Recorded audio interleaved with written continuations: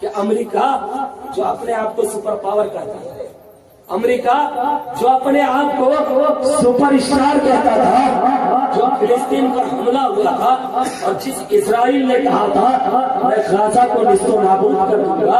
غزہ کو مٹا دوں گا، یہ اسرائیل اپنے باپ امریکہ کی بندوق کے سہارے، میزائل کے سہارے سے، امریکہ کی طاقت کے سہارے سے اسرائیل سوچ رہے تھے کہ غزہ کو مٹا دوں گا، لیکن اللہ نے جب امریکہ کو مٹانا چاہا تو آج امریکہ خدا کو پکار رہا ہے اور دعائی دے رہا ہے کہ اے دنیا کی طاقتیں ہمیں بچا لے کہ محمد سے وفا تمہیں تو ہم تیرے ہیں، یہ جہاں چیز کیا لوہو قلم تیرے ہیں، اور محمد کی محبت دین حق کی شرط اول ہے، محمد کی محبت دین حق کی شرط اول ہے، اسی میں ہو اگر خامی تو سب کچھ نامکمل ہے، اور طریق مصطفیٰ کو چھوڑنا ہے وجہ بربادی، طریق مصطفیٰ کو چھوڑنا ہے وجہ بربادی، اسی سے قوم دنیا میں ہوئی بے اقتدار اپنی، اور ہمیں کرنی ہے شہنشاہ فتح کی رساجوئی، ہمیں کرنی ہے شہنشاہ فتح کی رساجوئی، وہ اپنے ہو گئے تو رحمت پروردگار۔ برادران اسلام، جیسا کہ آپ سب کو معلوم ہے کہ یہ مہینہ جو چل رہا ہے یہ رجب شریف کا مقدس مہینہ، اور عنقریب آج رجب کی 26ویں تاریخ ہے اور کل 27ویں تاریخ ہے، جس تاریخ میں ہمارے اور آپ کے نبی جناب محمد رسول اللہ صلی اللہ علیہ وسلم اللہ کا دیدار کرنے کے لیے وہاں گئے جہاں آج تک کوئی نہ گیا اور قیامت تک کوئی نہیں جا پائے، جسے ہم اور آپ معراج کی رات کہتے ہیں،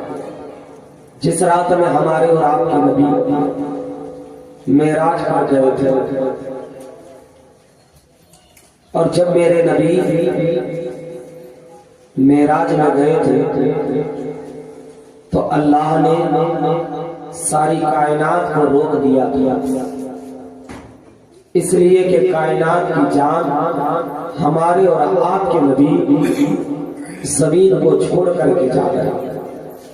واپس جب پلٹ کر کے آئے بستر بھی گرم تھا، کنڈی بھی ہل رہی تھی، وضو کا پانی بھی بہ رہا تھا، یعنی کہ اللہ تبارک و تعالیٰ نے کائنات کو بتا دیا، دنیا کو پیغام دے دیا کہ دنیا والوں جب میرے نبی پلٹ کر کے واپس آئے تو اللہ نے اس معراج کو پلک جھپکتے ہی دنیا کے سامنے رکھا۔ اور برادران اسلام،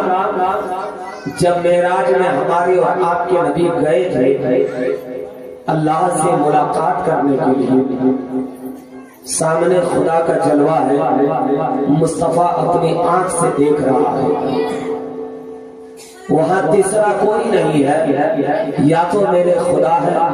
یا تو میرے مصطفیٰ ہے، محبوب محیط کا دیدار کر رہا ہے،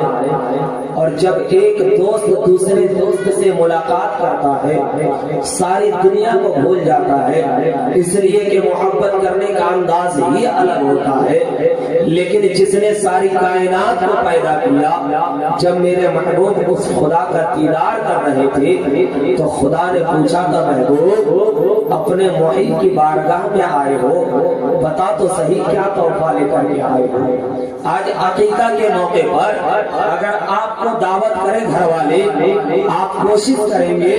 بچے کے لیے کھلونا لے کر کے جائے، کپڑے لے کر کے جائے، دوسرا کوئی سامان لے کر کے جائے تاکہ بچے اس سامان کو دیکھ کر کے خوش ہو جائے۔ لیکن میرے محبوب اس خدا کا دیدار کرنے کے لیے گیا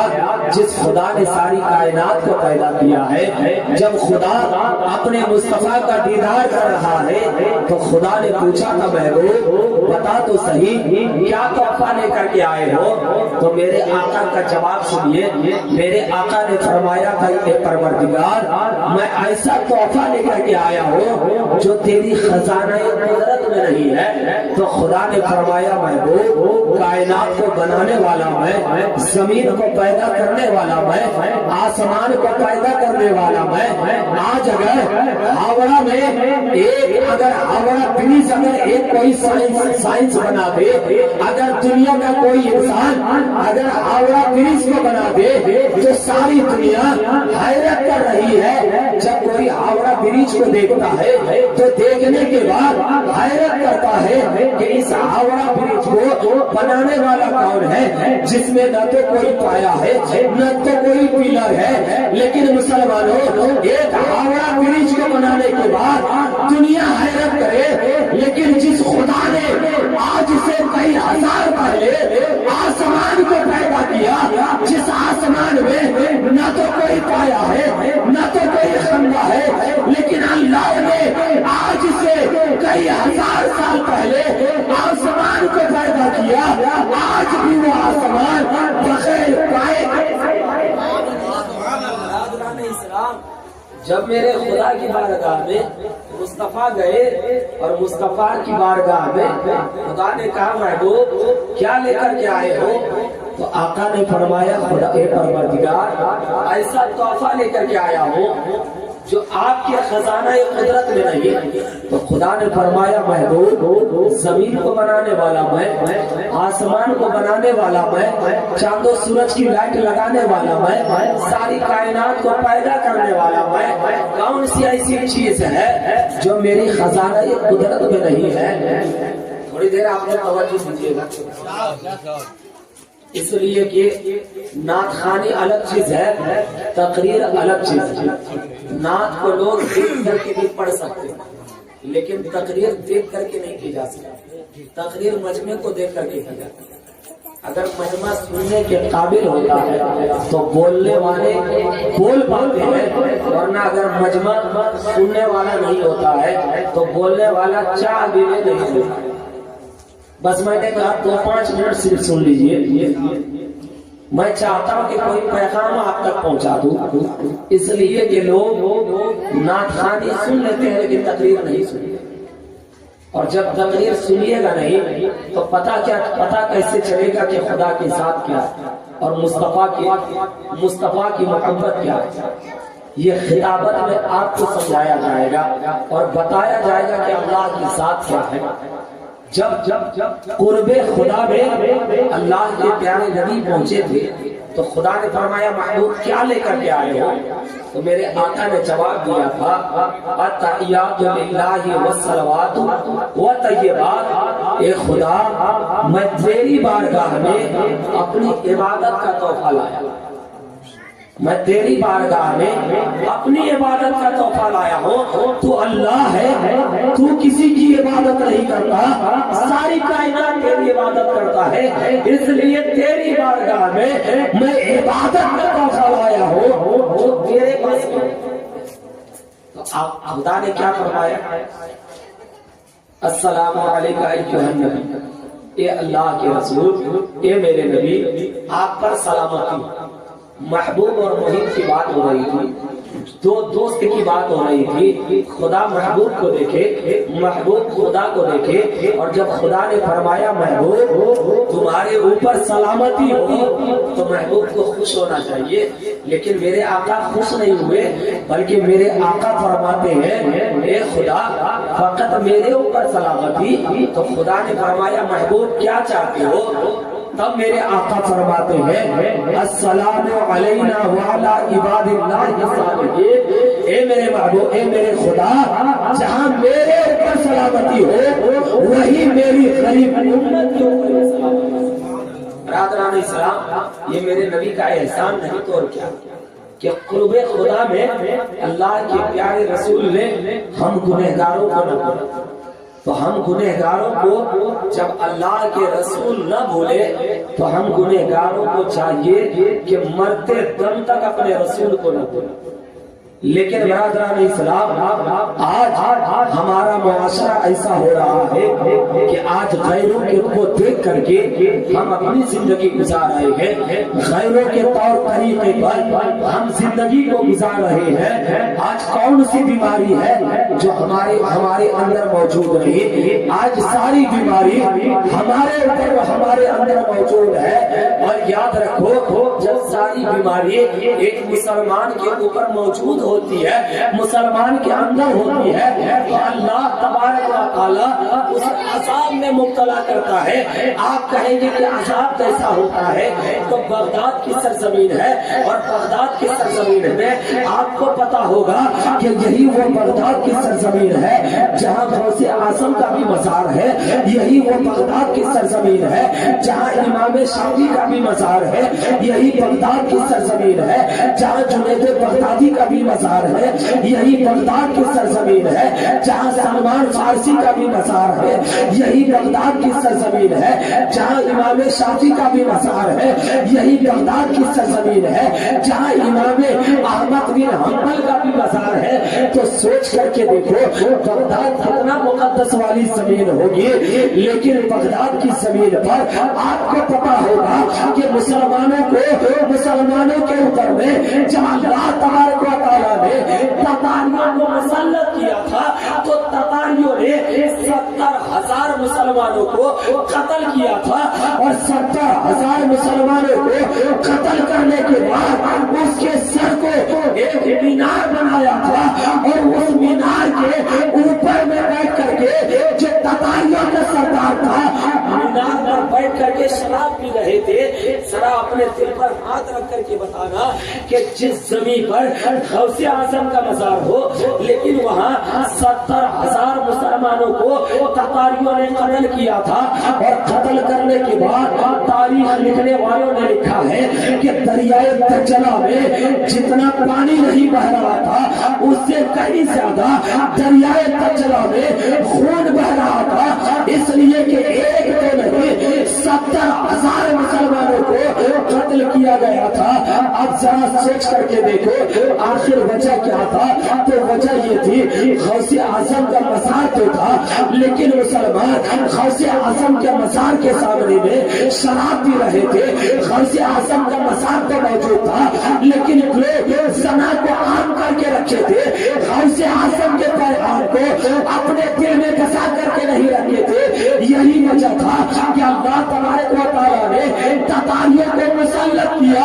اور تتاریوں نے 70,000 مسلمانوں کو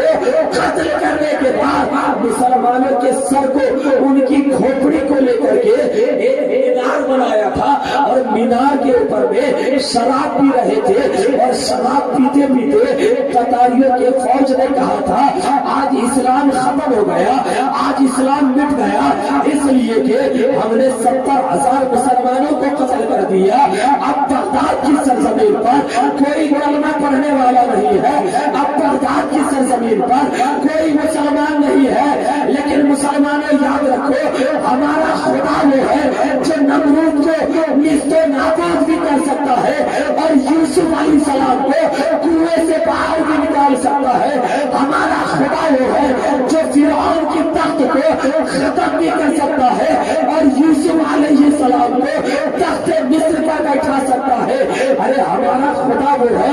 جو تتاریوں نے سمجھا تھا کہ بغداد کی سرزمین سے اسلام ختم ہو گیا، بغداد کے محلے سے مسلمان ختم ہو گیا، لیکن مسلمانوں یاد رکھو ہمارا وہ اسلام ہے جو کل بھی تھا،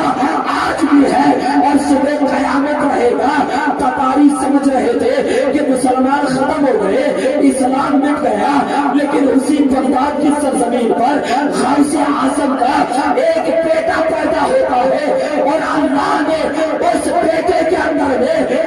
اتنی طاقت دیا کہ روحانی طاقت کی بنیاد پر تتاریوں کے جو سب سے بڑے سردار تھے، جو یہ سمجھ رہے تھے کہ خدا کا دین ختم ہو گیا، مصطفیٰ کا اسلام مٹ گیا، رب تبارک و تعالیٰ نے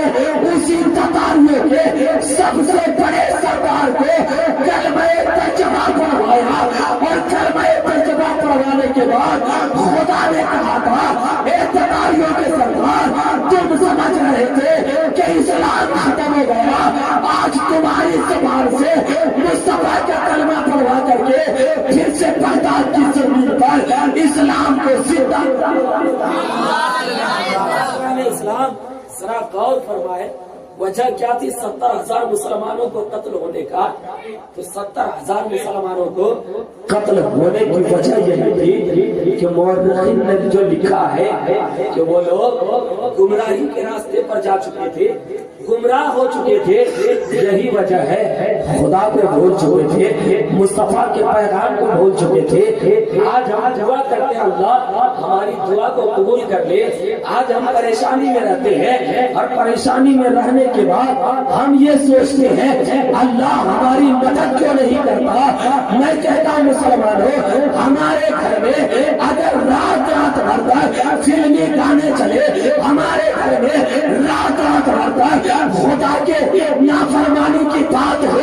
اس کے باوجود اگر ہم کہیں کہ خدا کی مدد کیوں نہیں اترتی، ارے میں تو کہتا ہوں کہ خدا کو راضی کر کے تو دیکھ لے، یقیناً تیری دعا سے پہلے اللہ تیری مدد کرے۔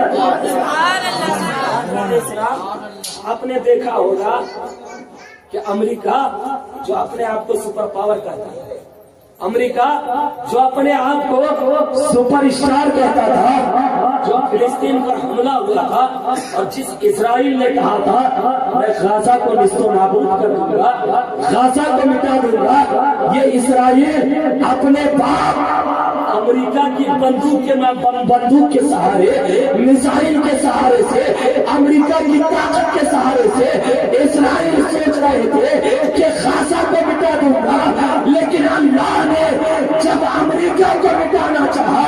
تو آج امریکہ خدا کو پکار رہا ہے اور دعائی دے رہا ہے کہ اے دنیا کی طاقتیں ہمیں بچا لو۔ جب امریکہ کے سب سے اچھی جگہ پر، سب سے بڑی جگہ پر اللہ نے عذاب کو نازل کیا